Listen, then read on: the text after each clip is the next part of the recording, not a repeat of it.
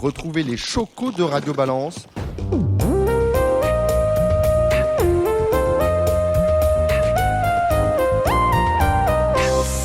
Bonjour et bienvenue dans le Before du Grand National du Trot Paris Turf, une émission que Radio Balance vous propose en partenariat avec le Trot, en direct depuis le Cardinal. Il y a de l'ambiance, porte de Saint-Cloud, dans le 16e arrondissement de Paris. Participe à cette émission Jérémy Lévy. Salut Jérémy. Bonjour Dominique, bonjour à toutes et à tous. Alexandre de Koopman. Bonjour Dominique, bonjour tout le monde. Et Cédric Philippe de Paris Turf. Salut Cédric. Bonjour très chers amis. Oula, c'est en forme mon cher Cédric. Dans quelques instants, nous accueillerons un invité, Loris Garcia, deuxième de la finale 2019 avec Éclat de Gloire. Éclat de Gloire qui n'a participé qu'à une seule étape dans le circuit 2021 qui nous intéresse. Il avait terminé non placé sur l'hippodrome de Marseille-Borelli. Dimanche a donc lieu à Vincennes la finale du Grand National du Trot Paris Turf après les 14 étapes provinciales. Nous verrons dans la grande émission de vendredi quels sont les autres classements, mais nous allons ici nous intéresser surtout à celui des pros. Chez les chevaux, la victoire finale va se jouer entre l'actuel maillot jaune, Crack Money, et les deux provos, Degana Ouida qui a réussi le tour de force de disputer les 14 étapes, alors je n'ai pas vérifié, c'est peut-être un record, et Badjulri, lauréat à la surprise générale de l'étape du Mans il y a une dizaine de jours. Chez les drivers, c'est Éric Raffin qui mène la danse devant Franck Nivard et Cédric Terry. Chez les entraîneurs, Patrick Terry est en tête devant Stéphane Provost. Mais attention, ces classements peuvent changer car dans la finale, les points comptent double. Et la finale, regardez bien la liste des partants, 18 au total, ce n'est pas une course comme les autres. D'abord parce qu'on est à Vincennes, fini les petites pistes en sable, en mâche-fer, en pouzzolane, que l'on négocie à main droite ou à main gauche, c'est selon. Ce n'est pas une course comme les autres aussi, parce que c'est la chasse gardée de Jean-Michel Bazir, vainqueur des 5 dernières éditions de cette finale avec ses chevaux, dont en 2019, Klingem qui tente ici l'exploit, c'en est un, de rendre 50 mètres. Alors il est temps de se tourner vers nos spécialistes. Messieurs, Klingem et Jean-Michel Bazir, qui rendent 50 mètres, peuvent-ils réussir cet exploit? Alexandre. C'est une question difficile, mais en même temps, oui, je pense que c'est faisable. C'est pas gagné d'avance, mais si on a le vrai clean game à son meilleur niveau, cette fois il sera déféré des 4 pieds. Je pense qu'il a fait un petit tour au garage après sa dernière sortie. Ça reste un cheval hors du commun, donc il en est capable, mais il va pas falloir qu'il dorme en ce moment. Bon, pour vous, c'est oui, donc Alexandre. Jérémy. Pour moi, c'est un grand oui, parce que l'année dernière, il a réussi à le faire. Enfin, il y a 2 ans, il a réussi à le faire. C'est vrai qu'il y a 3 ans, il était un petit peu moins tranchant que ce qu'il est désormais, que ce qu'il a été ensuite. Et puis, il était surtout ferré. C'est vrai qu'il ne faut pas lui tenir rigueur de sa bévue à Nantes. C'était vraiment exceptionnel ce qu'il réalisait. Et je pense que Jean-Michel Bazir a volontairement fait l'impasse sur l'étape du Mans pour lui laisser prendre un petit peu de fraîcheur et préserver ses jambes qui le font un petit peu souffrir ces dernières semaines. Donc, je serais tenté de dire oui en tant que parieur, mais aussi en tant que sportsman.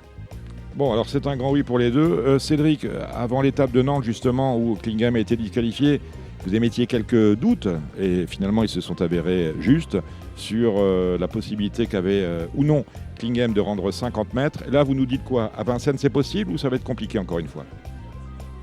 Déjà, il faut déjà qu'il s'élance bien, comme mieux qu'il n'avait fait à Lyon. Mais surtout, je trouve que, là je fais appel à nos 2 experts du trot, qu'il n'y a pas trop de chevaux pour aller devant, du moins pour rendre la course sélective et rendre les 50 mètres difficiles à rendre, puisqu'en vérité, c'est peut-être des Bazirs qui vont emmener le peloton en début de course.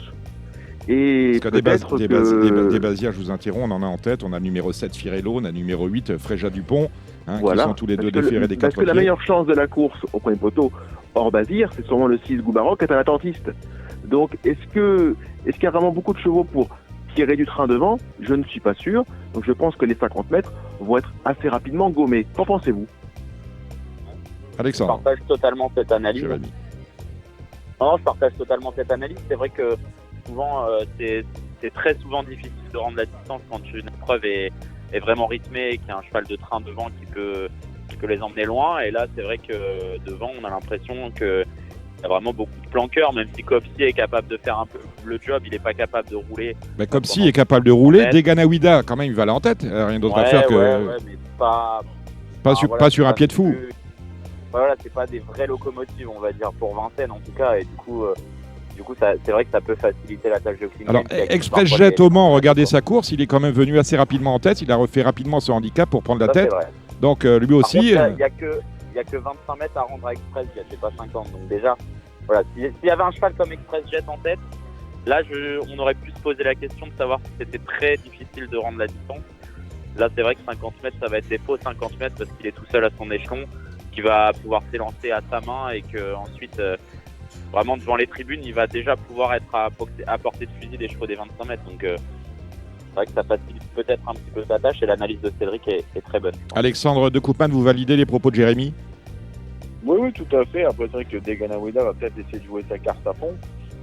C'est peut-être lui qui va essayer d'animer le peloton au premier échelon.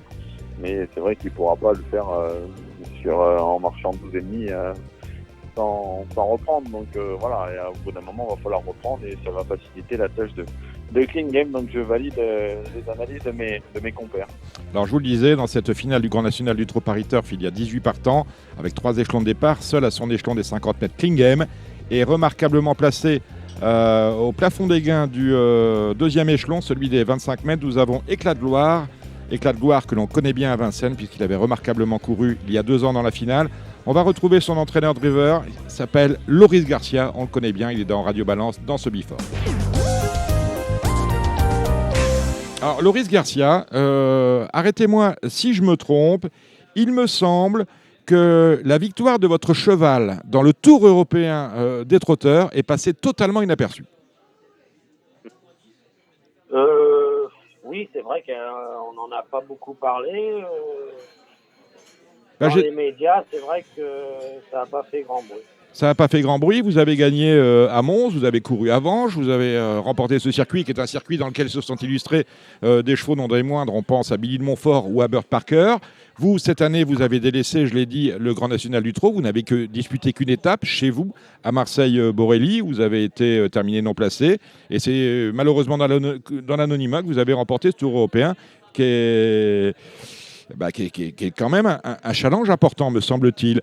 Comment vous abordez cet engagement dans la finale du Grand National du Trot? Est-ce qu'en début d'année, c'était déjà une course que vous aviez sur vos tablettes, Loris? Pendant le circuit européen, on avait pensé à la suite. Oui, on avait prévu la finale. Après la victoire à Mons, on était un peu indécis. Et puis, on ne peut pas refuser un si bel engagement. C'est une belle journée, c'est une belle course à courir. Donc on a préparé au mieux qu'on pouvait le cheval pour cette épreuve. Le cheval, vous l'avez au top. Hein, il est remarquablement placé, vous le disiez, à peu près 20 000 le plafond des gains à ce niveau-là. C'est un bel engagement. Vous l'avez toujours au top comme lors de ses 2 dernières victoires? Oui, le cheval, il semble parfait, comme quand il est très bien. Bon, il n'a pas couru d'1 mois et demi.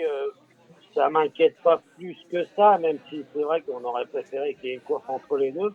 Mais bon, on a essayé de faire au mieux pour qu'il soit dans les meilleures conditions du monde.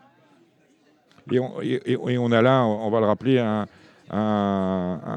vrai cheval de Vincennes, parce que vous venez souvent à Vincennes, vous y avez pourtant disputé presque 15 courses avec lui. Il n'en a gagné qu'une, mais pour le reste, il est toujours entré dans les 5 premiers. Beaucoup étaient des quintés où il a terminé sur le podium. Comment vous voyez les choses dans cette étape? Parce qu'on le disait, il y a Clean Game qui sera derrière vous. Il ne faut pas lui offrir un dos. Il y a du monde devant. Tactiquement, comment vous envisagez la chose à J-2? C'est difficile. On se fait la course plusieurs fois. Pour moi, il y a 2 chevaux qui se détachent dans la course. C'est Clean Game, évidemment, en valeur, mené par Jean-Mi et Goubaroc. Pour moi, ces 2 chevaux, ils survolent un peu l'épreuve. Ils font leur valeur. Après, c'est très ouvert pour la 3, 4, 5. J'en fais partie, à mon avis. Mm-hmm. Et la tactique va être importante. Je pense qu'il faut que je démarre un peu devant. Je ne sais pas si Doux-Parfum peut aller devant. Goubaroc, non. Firello ne va pas y aller. Je ne sais pas s'il y aura beaucoup de freins. Pour aller devant, on a déjà décortiqué dans l'émission la course avec nos spécialistes. On a Copsy, on peut avoir Deganawida, on peut avoir un Express Jet si... Gabi Gelormini court comme au Mans, c'est-à-dire en faisant rapidement l'effort. Donc on peut y avoir un peu de rythme. Plus il y aura de rythme, plus ça va vous avantager, mais plus ça avantagera également Clean Game. Ouais. n'importe comment, il y a 18 partants, il y en a beaucoup qui ont des chances, donc ça ne sera pas une fausse course, j'en suis certain. Ouais, Express Jet, ils sont chauds, il est sur la montante, le cheval, il a très bien, je pense qu'il aurait peut-être gagné l'étape dernièrement. Ah, c'est ce que Gabi m'a dit, je n'aurais pas été battu. Mais voilà. inexplicablement, Donc, il a pris la eux, faute. ils vont partir un peu confiants, ils peuvent faire du train. Ça peut nous arranger. Voilà, Doux Parfum, c'est pareil, c'est un cheval qui n'a pas une vitesse folle, ils vont peut-être aussi rouler devant. Après, voilà, moi, je vais essayer de démarrer comme il faut et essayer de me faire ramener en montant dans le wagon 3. Et il faudrait que je sois devant Jean-Mi, évidemment. S'il est devant nous, après, on ne battra pas, ça c'est sûr. Même déjà, s'il est derrière nous, ça sera dur de le battre. Mais s'il vient avant nous, évidemment, ça sera compliqué. Alexandre Koopman a une question pour vous. Oui, Loris, ton cheval avait terminé deuxième de l'édition 2019. Là, il partait au premier échelon par rapport au Clean Game. Mais on a vraiment l'impression que le cheval a franchi plusieurs paliers. Comment t'expliques un peu ça, le cheval on a l'impression qu'il est meilleur que jamais actuellement? Mais c'est un cheval avec le propriétaire, comme tous ses chevaux, on l'a toujours préservé, j'ai jamais tapé dedans. On l'a toujours couru caché, j'ai jamais travaillé fort et depuis un an, depuis le Grand Prix de Noël l'année dernière à Cannes, où j'avais eu des petits problèmes, le cheval m'avait fait une myosite et du coup, de peur qu'il en refasse, je me suis mis à le travailler plus fort et plus régulièrement, c'est-à-dire qu'il travaille tous les 2 jours. Et je pense qu'à ce moment-là, il a passé un cap parce que tout de suite après, il gagnait à Cannes en 12 piles 2007 à Cannes. Et il a enchaîné les bonnes courses dans l'hiver. L'été dernier, je l'avais un peu moins bien et surtout, je le travaillais moins parce qu'il faisait chaud et voilà. Et là, depuis que j'ai repris à le travailler comme il aime, il a été fantastique dans le Tour européen. Je pense que les concurrents étaient quand même un peu moins forts que ce qu'on va rencontrer dimanche. Mais bon, oui, le cheval a passé un cap. Jérémy? Ouais, Loris, j'imagine que c'est un peu la cerise sur le gâteau pour couronner la belle saison de participer à cette course. C'est un Hongre, il a plus de 600 000 euros de gains. C'est pas trop difficile d'établir un programme avec un cheval comme ça. Qu'est-ce que ça va être la suite de son hiver? Non, non, on a le choix. La suite, ça va être le Grand Prix de Noël à Cannes, qui est fermé à 700 000. Et après, il a le Luxembourg la veille du Prix d'Amérique, c'est une belle course. Et puis le Prix du Plateau de Gravel aussi en fin de meeting. Ouais, donc il y a quand même un programme correct, quoi. Ouais, il a un bon programme qui sera certainement après. Ces courses-là, elles sont jamais faciles. Il y a toujours des bons chevaux, mais il sera un peu mieux placé. C'est des courses à l'Autostar, donc automatiquement, on est un peu mieux placé. En conclusion, Loris, je sais que Cédric Philippe a une question pour vous. Non, mais en l'occurrence, est-ce que vous avez l'intention, Loris, si vous venez à courir rapproché, à laisser un piquet de chevaux à Grosbois ou vous faites toujours des allers-retours? On y a pensé, c'est compliqué d'avoir 2 endroits parce que le personnel, c'est toujours pareil. Oui, la confiance, bien sûr. La confiance, on n'y est pas, donc on se pose toujours des questions. On y pense, mais bon, pour l'instant, c'est pas envisageable cet hiver. Il y a une question que Cédric n'ose pas vous poser, Loris. Bon, on vous voit avec éclat de gloire dimanche à Vincennes, mais vous ferez surtout les meetings dans le sud-est et notamment Cannes-sur-Mer. Quels sont les bons chevaux avec lesquels on peut vous suivre là-bas? Donnez-nous 2 ou 3 chocos. À Cagnes, on va avoir en bons chevaux. Éclat aura une très bonne course pour Noël qui sera certainement plus facile que celle-là. Que là, il y a Elan Baroque qui a aussi des très bons engagements. Et puis, j'ai un cheval qui vient d'arriver là qui s'appelle GG Baroque. Je pense qu'au mois de janvier, il peut gagner une belle course. Voilà qui est dit. Merci Loris Garcia, on vous voit dimanche à Vincennes et on vous souhaite tout le meilleur pour cette finale du Grand National du Trot Paris Turf. Très bien, merci beaucoup. Et saluer, tiens, on va profiter pour nous faire nos relations publiques. Saluer le propriétaire d'Éclat de Gloire, c'est l'écurie du Vieux Chêne, autrement dit Frédéric Morel. Et dites-lui qu'il est invité quand il veut sur Radio Balance. C'est lui qui choisira la date. C'est gentil parce que c'est bien de le citer parce que c'est une personne qui a 40 chevaux à l'entraînement et qui fait travailler beaucoup de monde. Et il n'y en a plus beaucoup aujourd'hui, donc faut les... il sera le bienvenu, peut-être avec vous, Loris. Merci, Loris Garcia. Merci. Bonne soirée. À bientôt. Au revoir.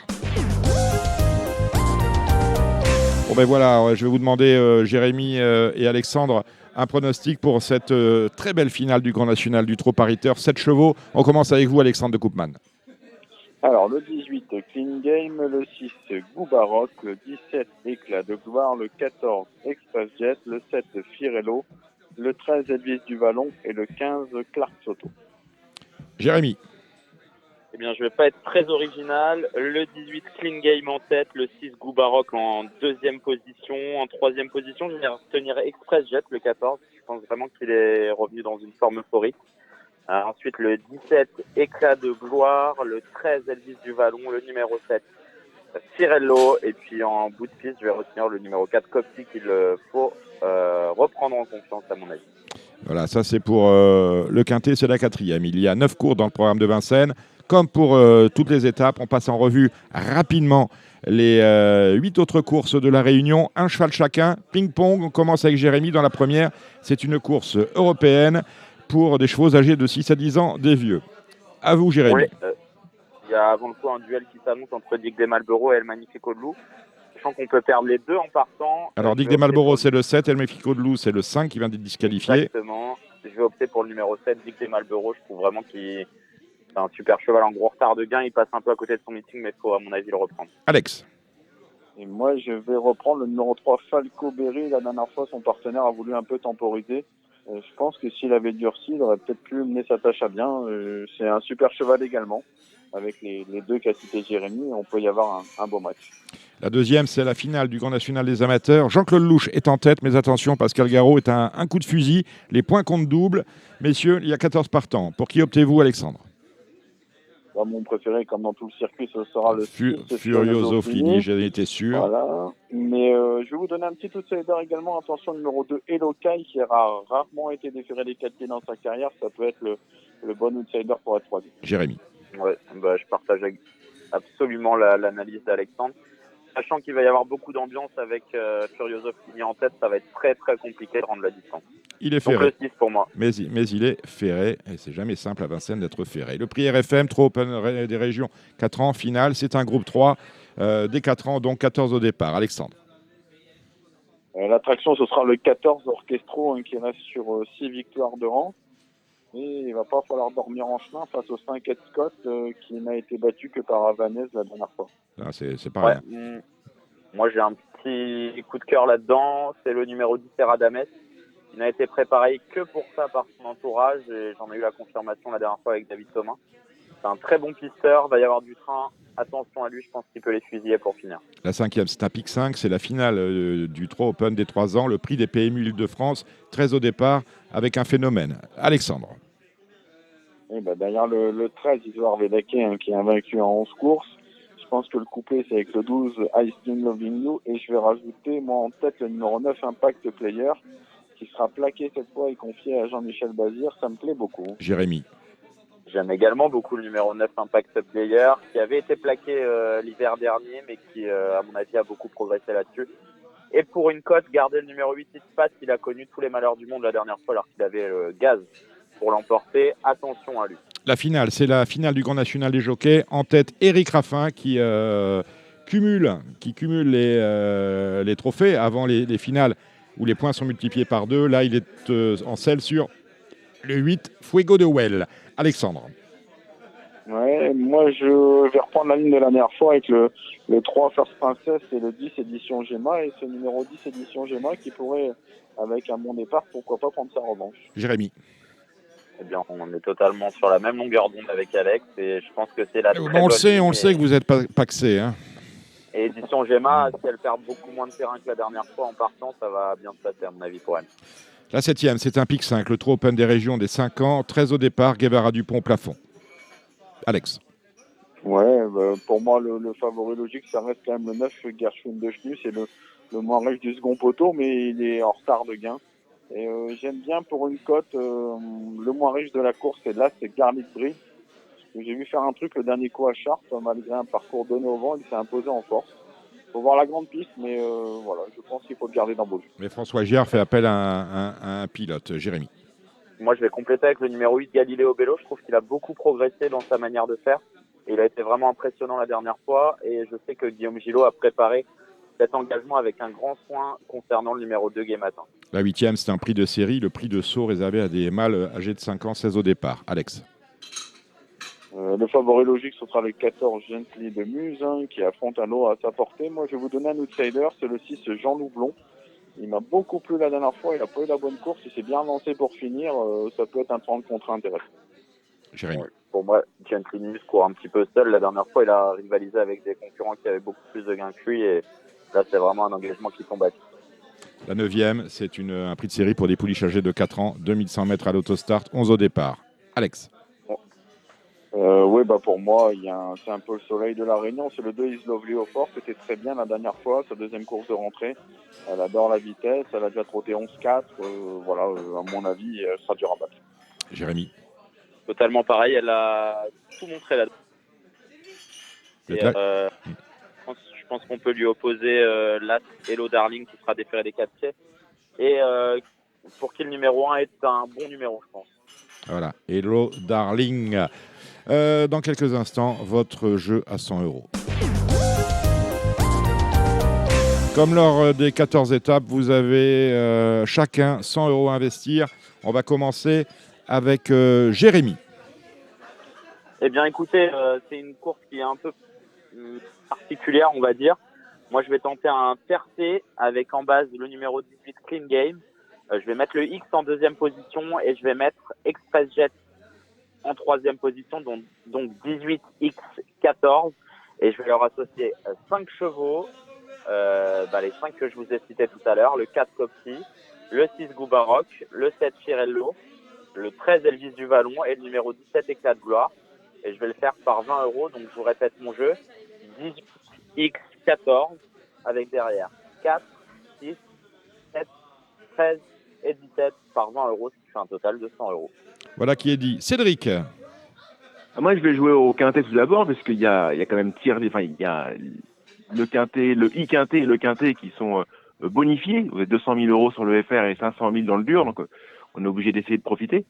Donc, je vais d'abord faire un quintet combiné, le 18 en tête Clean Game, qui sera pour moi premier ou d'ail, le 7 Firello, le 6 Goubaroc. Je vais être spéculatif avec le 8 Fréja Dupont, le 17 Éclat de Gloire, le 11 Eros du Chêne, là encore je suis spéculatif, mais c'était très très bien l'avant-dernière fois, le 13 Elvis de Ballon et le 15 Clark Soto, donc ça fait 8 chevaux en Flexi 25 qui coûte 28 €. Et je vais faire un 2 sur 4 un peu offensif par 72 €. Je vais faire le 6 Goubaroc et le 17 Éclat de Gloire par 72 €. Ce qui nous fait un total de 200 €. Eh ben voilà, on va finir avec le quintet dans l'ordre que va nous proposer Alexandre de Koopman. Il a essayé durant toute la saison, c'est passé pas loin à chaque fois. Là, c'est la bonne, Alex. On espère. Donc moi, je vais proposer un quintet plus champ réduit en flexi. Alors pour moi, il n'y a que 2 concurrents qu'on peut éliminer dans la course avant le coup. C'est le numéro 12, Blues d'Orville, et le 16, Blues de Landier. Donc je vais faire un quintet champ réduit avec base le 18 Clean Game, le 6 Goubaroc et le 17 Éclat de Gloire. Derrière, donc, on met 2 X et je vais vous dire les numéros qu'on associe. Les numéros 1, 2, 3, 4, 5, 6, 7, 8, 9, 10, 11, 13, 14, 15, qui fait un jeu à 78 € à 25%. Et pour compléter, je vais faire un couplet gagnant placé de 4 chevaux, le 18, le 6, le 17 et je rajoute le 14 Express Jet qui fait 24 €, ce qui fait un jeu à 102 €. Vous avez été fantastiques, messieurs. Vous étiez dans le Before de Radio Balance, une émission que le podcast, votre podcast préféré, proposé en partenariat avec le Trot. C'est terminé. On attend maintenant une très grande finale et je l'espère, nous nous retrouverons pour de nouvelles aventures l'année prochaine sur le circuit 2022. Portez-vous bien.